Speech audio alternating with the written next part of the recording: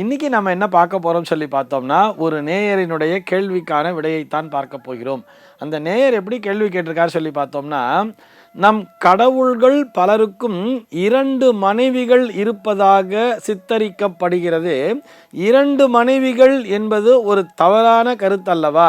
இதனை இந்த புராணங்கள் எப்படி நியாயப்படுத்துகின்றன அப்படிங்கிறது தான் அவருடைய கேள்வியாக அமைந்திருக்கிறது. நம்மில் பலருக்கும் இந்த சந்தேகம் என்பது இருக்கலாம். அதாவது ஒருவனுக்கு ஒருத்தி அப்படிங்கிறது தானே தர்மம். இதில் கடவுளுக்கு மட்டும் எதுக்கு 2 மனைவி? வள்ளி தேவசேனா சமேத சுப்பிரமணிய சுவாமின்னு சொல்கிறாளே அப்படிங்கிற மாதிரியான சந்தேகம் நம்மில் பலருக்கும் வரும் அல்லவா? அங்கே இருக்கக்கூடிய சூக்ஷ்மம் என்ன என்பதை புரிந்து கொள்ள வேண்டும். இது மனைவி அப்படின்னு சொன்னால் மனைவியை எப்படி பார்க்கிறார்கள்? ஒரு சக்தியினுடைய அம்சமாகத்தானே சொல்கிறோம். இங்கே எப்படி தெரியுமா அர்த்தம்? இந்த இடத்திலே தெய்வீக சக்தியானது 3ஆக பிரிந்திருக்கிறது. அதாவது இச்சா சக்தி, கிரியாசக்தி, நடுவிலே இருக்கக்கூடியது ஞான சக்தி என்பதை புரிந்து கொள்ள வேண்டும்.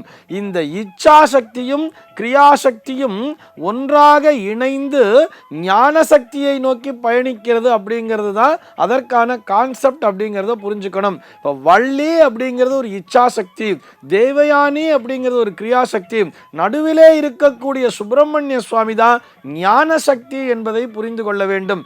இதனை 2 மனைவிகளாக நாம் உருவகப்படுத்தி பார்ப்பதை விட நமக்கெல்லாம் ஈஸியாக புரியணுங்கிறதுக்காக அப்படி சொல்லியிருக்காளே தவிர அதற்குள்ளாக இருக்கக்கூடிய சூக்ஷ்மம் என்ன என்பதை புரிந்து கொள்ள வேண்டும்.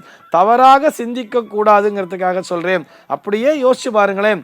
ஆத்மா அப்படின்னு வரும்பொழுது கூட 3ஆக பிரிக்கிறார்கள் அல்லவா? ஜீவாத்மா, பரமாத்மா, அந்தராத்மான்னு சொல்றார்.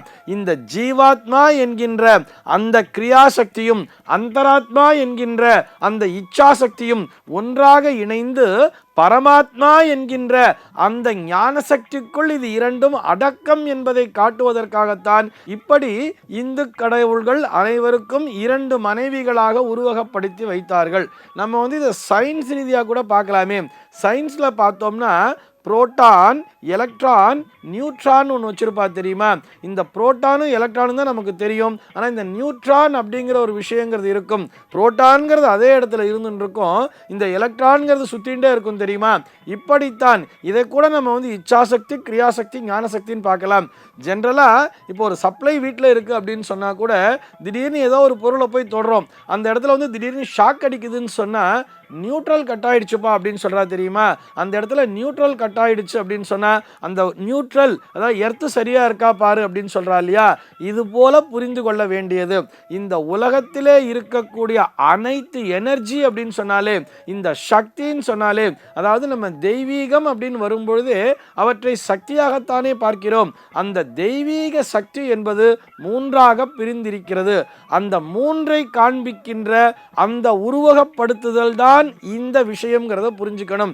இச்சாசக்தி, கிரியாசக்தி இவை 2ம் இந்த ஞான சக்திக்குள்ளே அடக்கம் என்கின்ற ஒரு ரொம்ப பெரிய கான்செப்ட். இது ரொம்ப பெரிய ஒரு சூக்ஷ்மமான விஷயம்.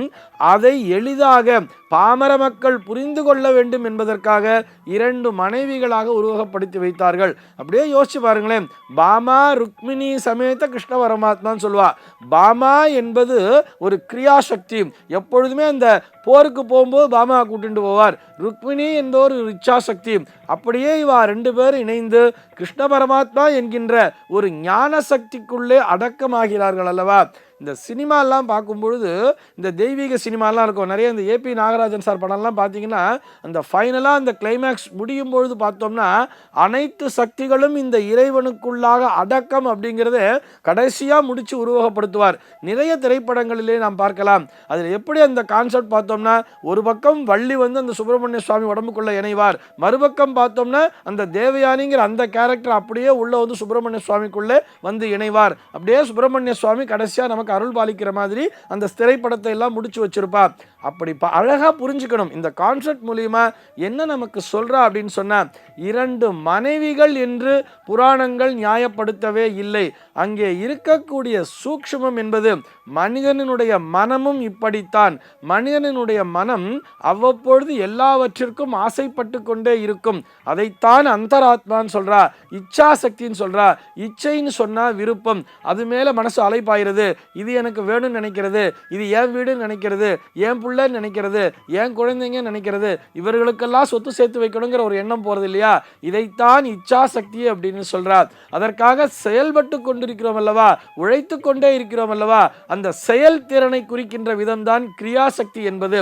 இந்த கிரியாசக்தியும் இந்த இச்சாசக்தியும் கடைசியில பார்த்தோம்னா, அதாவது இந்த பரமாத்மா என்கின்ற விஷயமும் செயல்பட்டு கொண்டிருக்கின்ற அந்த ஜீவாத்மா என்கின்ற விஷயமும் இறுதியிலே எதற்குள்ளாக வந்து அடங்குகிறதுன்னு பார்த்தா, பரமாத்மா என்கின்ற அந்த ஞான சக்தியை நோக்கி பயணிக்கிறது. அதற்குள்ளாக இது இரண்டும் ஒன்றாக அடங்கி விடுகிறது அப்படிங்கிற கான்செப்ட் தான்.